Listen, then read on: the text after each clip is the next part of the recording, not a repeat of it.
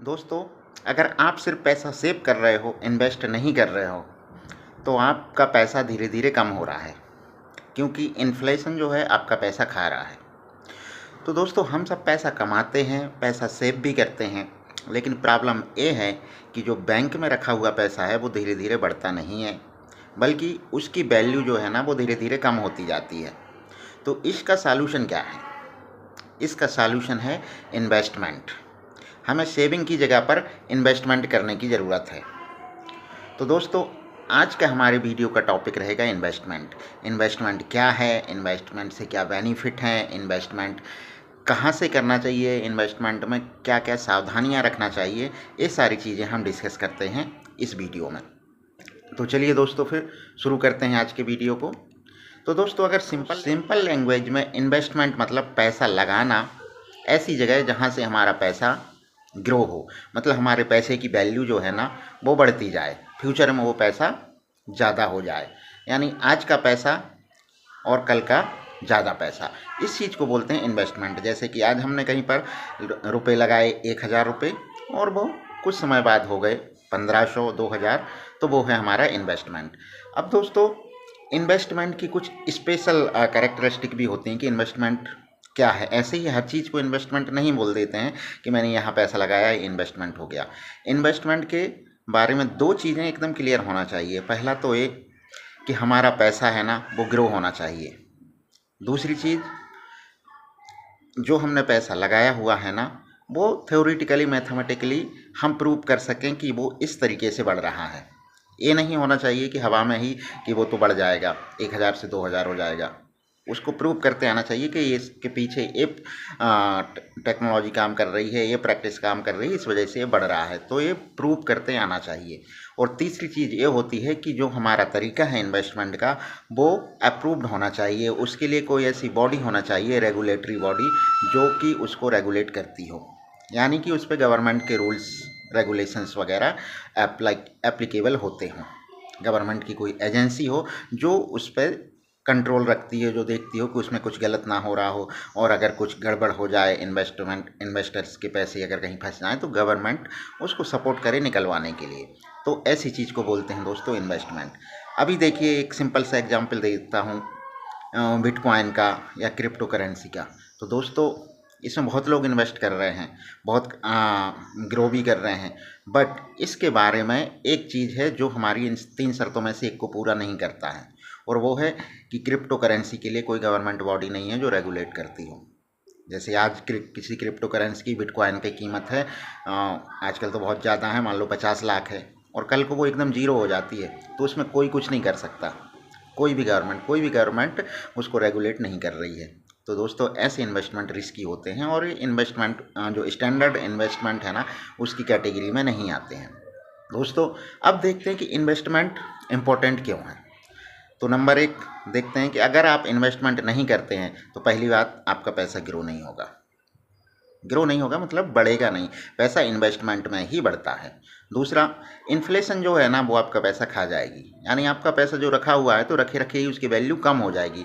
मतलब एक चीज़ तो हम देख रहे थे कि वो बढ़ नहीं रहा है, और दूसरी चीज़ ये है कि वो अपने आप घट रहा है, क्योंकि जो महंगाई दर है वो बढ़ रही है, तो हमारे पैसे की रखे रखे वैल्यू कम होती है। तो ये हो गए 2 तरीके जिससे हमें पता चलता है कि इन्वेस्टमेंट क्यों इम्पॉर्टेंट है।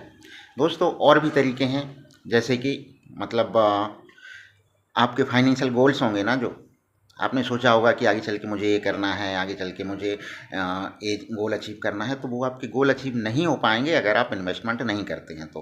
क्योंकि गोल्स के लिए हमें चाहिए होता है ज़्यादा पैसा, जो कि सेविंग से इतना बच नहीं पाता। इन्फ्लेशन की वजह से हमारे रखे रखे पैसे की वैल्यू कम होती जाती है, तो ऐसे में गोल कैसे अचीव हो पाएंगे। तो अगर गोल अचीव करना है तो इन्वेस्टमेंट होना ज़रूरी है। अब इसके अपोजिट में अगर देखते हैं दोस्तों कि इन्वेस्टमेंट अगर आप करते हैं तो आपकी वेल्थ बिल्ड होती है, एक संपत्ति का निर्माण होता है आपका, पैसे वो इनकम आती है। मतलब कि बिना काम करे जो पैसा दिन रात हमारे लिए काम करता है, उससे हमें पैसे वो इनकम जनरेट होती है, उसके लिए हमें एक्टिवली काम करने की ज़रूरत नहीं होती है। नेक्स्ट क्या होता है कि फाइनेंशियल फ्रीडम जो है ना वो पॉसिबल हो जाती है हमारे लिए। मतलब कि हमें फाइनेंशियली ना सुरक्षा मिलती है, और फाइनेंशियली हम फ्री हो सकते हैं। तो ये फ़ायदे होते हैं हमारे इन्वेस्टमेंट करने से। तो दोस्तों इससे आपको समझ में तो आ गया होगा कि इन्वेस्टमेंट क्यों है। अब चलिए एक स्टोरी पर ध्यान देते हैं। हमारे दो रैंडम फ्रेंड जो हम अक्सर अपनी स्टोरी में यूज करते हैं, दो रैंडम नाम, तो एक है अमित और एक है सुमित। अभी क्या है, हमने पिछले वीडियोज में देखा था कि अमित और सुमित लोन लेने जाते हैं तो सुमित को मिल जाता है, अमित को नहीं मिलता है। तो वो लोग क्या करते हैं कि यार हमें कुछ पैसा बचाना चाहिए, वो लोग डिसाइड करते हैं और वो दोनों प्लान करते हैं कि हम 5-5 हज़ार रुपये हर महीने बचाते हैं। अभी अमित क्या करता है कि हर महीने 5 हज़ार रुपये सेव करते जाता है, सेव करते जाता है, सेव करते जाता है। ऐसे करते करते लगभग हो जाते हैं 5 साल। सुमित भी ऐसे ही करते जाता है, मतलब दोनों एक दूसरे को बताते नहीं है कि वो कैसे सेव कर रहे हैं, बस ये रहता है कि अपनी सैलरी में से इतने पैसे बचाना है। अब जब 5 साल हो जाते हैं तो अमित के पास पैसे हो जाते हैं 3 लाख रुपए। वो दौड़ते दौड़ते जाता है सुमित के पास कि सुमित भाई, सुमित भाई। सुमित बोलता हाँ हाँ बताओ क्या हुआ। तो अमित बोलता है कि भाई देखो, मैं हर महीने 5 हज़ार बचा रहा था पिछले 5 साल से, और ये देखो 5 सालों में मेरे पास 3 लाख हो गए। सुमित कहता है अच्छा, मैं भी हर महीने 5 हज़ार बचा रहा था पिछले 5 सालों से और मेरे 5 लाख हो गए। बोलता कैसे। तो सुमित बताता है कि मैं इन्वेस्टमेंट कर रहा था, जबकि अमित सिर्फ सेविंग कर रहा था। तो दोस्तों ये डिफरेंस होता है सेविंग और इन्वेस्टमेंट में। सेविंग में पैसा लीनियरली ग्रो होता है, एक सीधी लाइन में। इन्वेस्टमेंट में पैसा एक्सपोनेंशियली ग्रो होता है। तो दोस्तों अब चलते हैं, देखते हैं कि इन्वेस्टमेंट के कौन कौन से टाइप होते हैं। तो दोस्तों सबसे पहले एक तो होता है सेफ इन्वेस्टमेंट। सेफ मतलब सुरक्षित, हमारा पैसा ज़्यादातर सुरक्षित रहता है, ज़्यादा रिस्क नहीं होता है उस पर। रिस्क क्या है, रिस्क के बारे में भी हम बात करेंगे अपने आने वाले वीडियो में कि रिस्क क्या होता है। बस अभी हम इतना समझ लेते हैं कि रिस्क मतलब खतरा, पैसे डूबने का। तो दोस्तों कुछ इन्वेस्टमेंट होते हैं जिनमें पैसे डूबने का खतरा बहुत कम होता है, उनको बोलते हैं सेफ इन्वेस्टमेंट। इनमें क्या आता है, हमारा फिक्स डिपॉजिट। हम बैंक में जाते हैं, अपने पैसे एफडी में डाल देते हैं कि हमें 6 महीने के लिए, 1 साल के लिए, 5 साल के लिए फिक्स डिपॉजिट करना है। तो ये होता है फिक्स डिपॉजिट। दूसरा क्या होता है, सेविंग अकाउंट। हम बैंक में जाते हैं, अपना बैंक में अकाउंट खुलवाते हैं और अपने पैसे उसमें डाल देते हैं, तो ये होता है सेविंग अकाउंट। अब दोस्तों इसमें क्या होता है कि हमारा पैसा सुरक्षित रहता है। मैं से पूरा 100% तो नहीं मान सकते हैं, क्योंकि अगर आपने किसी बैंक में रखा है और वो बैंक बंद हो जाए, वैसे ऐसा बहुत कम होता है, लेकिन ये नहीं बोल सकते कि ऐसा कभी नहीं होता है। तो दोस्तों हमने बैंक में सेविंग अकाउंट और फिक्स्ड डिपॉजिट में जो पैसा रखा है वो बिल्कुल सेफ होता है। और लेकिन इसमें एक चीज़ जुड़ी होती है कि उसमें रिटर्न भी कम होता है। अगर आप सेविंग अकाउंट में पैसा रख रहे हैं तो ज़्यादातर उसमें 4% तक रिटर्न मिलता है। मतलब अगर आपने 100 रुपये जमा करके रखे हैं बैंक में, तो 1 साल बाद वो 104 रुपये होंगे। और हो सकता है बैंक किसी ट्रांजैक्शन फ़ीस के नाम से, SMS चार्ज के नाम पे 50 रुपये काट ले, तो आपके पैसे और कम हो गए। तो दोस्तों ये होता है हमारा सेफ अकाउंट में, कि ये सेफ तो होता है लेकिन इसमें रिटर्न भी कम होता है, पैसा उतना ग्रो नहीं हो पाता है। अगर आप फिक्स डिपॉजिट भी करते हैं तो उस पर भी 6% इंटरेस्ट ही मिलता है। किसी में 7% मिल जाता है, सीनियर सिटीजन को 7.5% तक मिल जाता है। अब दूसरे टाइप के इन्वेस्टमेंट आते हैं जिनको बोलते हैं मॉडरेट रिटर्न, जैसे कि आप म्यूचुअल फंड में करते हैं। म्यूचुअल फंड भी सेफ है, लेकिन फिक्स डिपॉजिट सेविंग अकाउंट से थोड़ा कम सेफ है, और स्टॉक मार्केट से थोड़ा ज़्यादा सेफ है, क्योंकि इसमें आपका पैसा किसी एक कंपनी में ना लग करके एक ग्रुप ऑफ कंपनीज में, एक बास्केट में लगता है। तो दोस्तों जो म्यूचुअल फंड है ना, ये मीडियम मॉडरेट इन्वेस्टमेंट होते हैं। इनमें जो रिस्क होता है थोड़ा मीडियम होता है और इसमें रिटर्न भी मीडियम होता है, मतलब फिक्स डिपॉजिट से ज़्यादा रिटर्न मिलेगा। तो नॉर्मली हम मान सकते हैं कि 8 से लेकर 12% तक का रिटर्न हमें म्यूचुअल फंड में मिल जाता है, किसी किसी में इससे ज़्यादा भी मिल जाता है। तीसरे टाइप का इन्वेस्टमेंट होता है high risk investment. High risk investment में रिस्क ज़्यादा होता है और रिटर्न भी ज़्यादा होता है, जैसे कि स्टॉक मार्केट। अगर हम डायरेक्ट स्टॉक मार्केट में इन्वेस्ट करते हैं ना, तो वो हाई रिटर्न होता है। तो दोस्तों ये थे इन्वेस्टमेंट के types, safe investment, moderate investment और हाई रिस्क इन्वेस्टमेंट। अब दोस्तों लोग क्या गलती करते हैं इन्वेस्टमेंट करने में, कि या तो लोग इन्वेस्ट ही नहीं करते हैं, बोलते हैं कि नहीं नहीं मुझे इन्वेस्ट नहीं करना, मैं तो सेव करके ही रखूँगा पैसा, या फिर वो आंख बंद करके इन्वेस्टमेंट कर देते हैं। वो देखते हैं अच्छा रिटर्न सबसे ज़्यादा कहाँ मिल रहा है, चलो उसी में पैसे डाल देते हैं।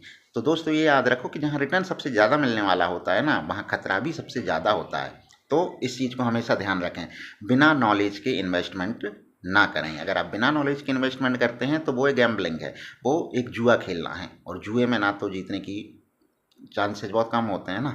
जुए में कुछ नहीं कह सकते कि आप जीतेंगे कि हारेंगे। तो दोस्तों बिना नॉलेज के इन्वेस्टमेंट करना मतलब जुआ खेलना।